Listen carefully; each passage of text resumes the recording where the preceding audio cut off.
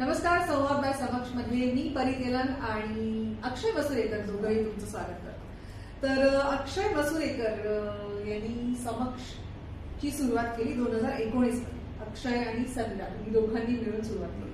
या समक्षच्या अंतर्गत खूप साऱ्या गोष्टी होत असतात. हिलिंग होतं, माइंड बॉडी अलाइनमेंट, म्हणजे तुमचं शरीर, मन, हृदय याची एकमेकांबरोबर सांगड कशी घालायची, इमोशनल फिटनेस, तुमच्या विचारांमध्ये हेल्दी कसं फील करायचं, अशा अनेक गोष्टी आपण करत असतो समक्षच्या अंतर्गत. आपण म्हणते कारण आता मी देखील समक्षचा भाग आहे म्हणून. तर समक्ष मध्ये इतक्या सगळ्या गोष्टी होत असताना संवाद बाय समक्ष हे करावंसं का वाटतं? आता संवादची सुरुवात जी आहे ती झाली 2010 पासून. कसं ते मी सांगतो, पण याचं कनेक्शन जर करायचं असेल तर एका व्हिडिओमध्ये तू सांगितलं होतंस की अध्यात्म जे असतं, अध्यात्म म्हणजे स्वचं अध्ययन करणं, म्हणजे स्वतःशी संवाद. तर 10 मे 2010 माझा वाढदिवस मला अजूनही आठवतो. आतून अशी आवाज यायचे जेव्हा स्वतःची कनेक्ट व्हायचं, पण काय होतं ते कळत नव्हतं. तर आमचे एक फॅमिली फ्रेंड आहेत, त्यांच्या घरी हनुमान दादांचा वास होता आणि आम्ही बरेच वेळ जायचो. 10 मे 2010 हे पहिलं वर्ष आणि तो पहिला दिवस होता जेव्हा माझा स्वतःशी संवाद झाला.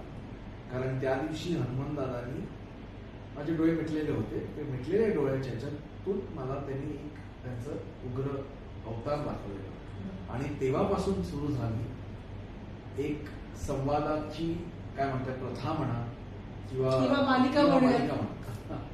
तर त्यांच्याशी सुरू झालं आणि हे जे आहे त्याच्याने मग मला कळायला लागलं की बेसिकली लोक आपल्याशी कशी जोडत जातात, बांधली जातात. कारण त्याच्याने मग मला एक कळलं की आपण जे म्हणतो की आत्मनाची जी कनेक्शन आहे तेच परमात्माशी, कारण परमात्मा हा आपल्या हातात असतो.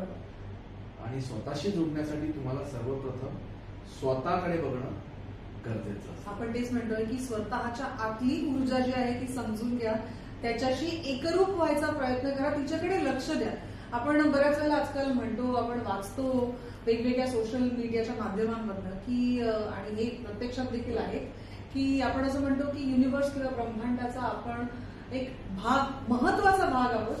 पण आपण महत्वाचा भाग असताना देखील आपल्या आतमध्ये देखील एक संपूर्ण ब्रह्मांड समावलेलं आहे. ऍब्सोल्युटली. आणि ब्रह्मांड म्हटलं तर आपल्याला आठवतात आपले ब्रह्मांड नायक म्हणजे स्वामी समर्थ.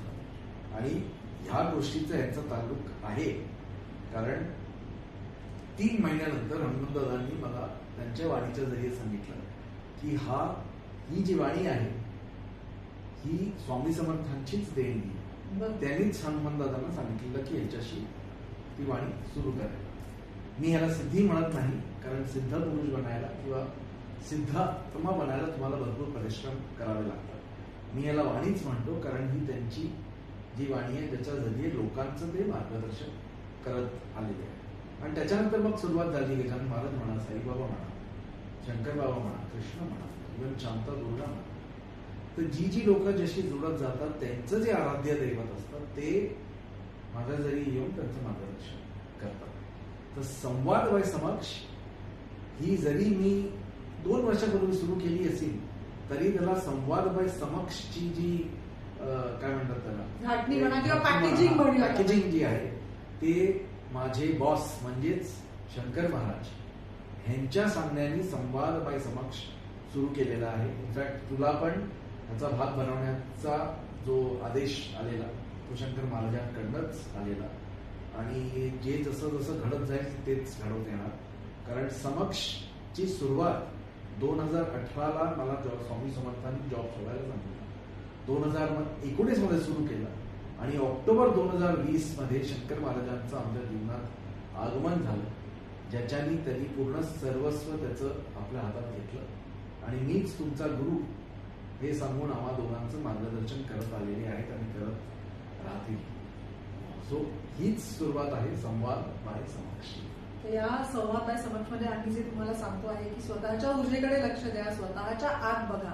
पण एक जी ऊर्जा असते जी आपल्या अंतर्मनाची असते, आतली असते, आपल्या आतल्या ब्रह्मांडाची असते. पण त्याचबरोबर या संवाद बाय समक्षला काही अवतारी पुरुषांचा आशीर्वाद देखील लाभलेला आहे. शंकर महाराज म्हणा, स्वामी समर्थ म्हणा, आणि वेळोवेळी येऊन ते आपल्याला मार्गदर्शन करत असतात, फटकेही देत असतात, ओरडत देखील असतात आणि या सगळ्या गोष्टी आम्ही तुमच्या बरोबर या माध्यमातून शेअर करणार आहोत. आणि तो आशीर्वाद जो आम्हाला लाभलेला आहे, आम्ही निमित्त मात्र होऊन, एक माध्यम होऊन तुम्हाला मार्गदर्शन करण्याचा प्रयत्न करणार आहोत. तर हे आहे संवाद बाय समक्ष, स्वतःला स्वतःशी जोडणारा. बघत राहा.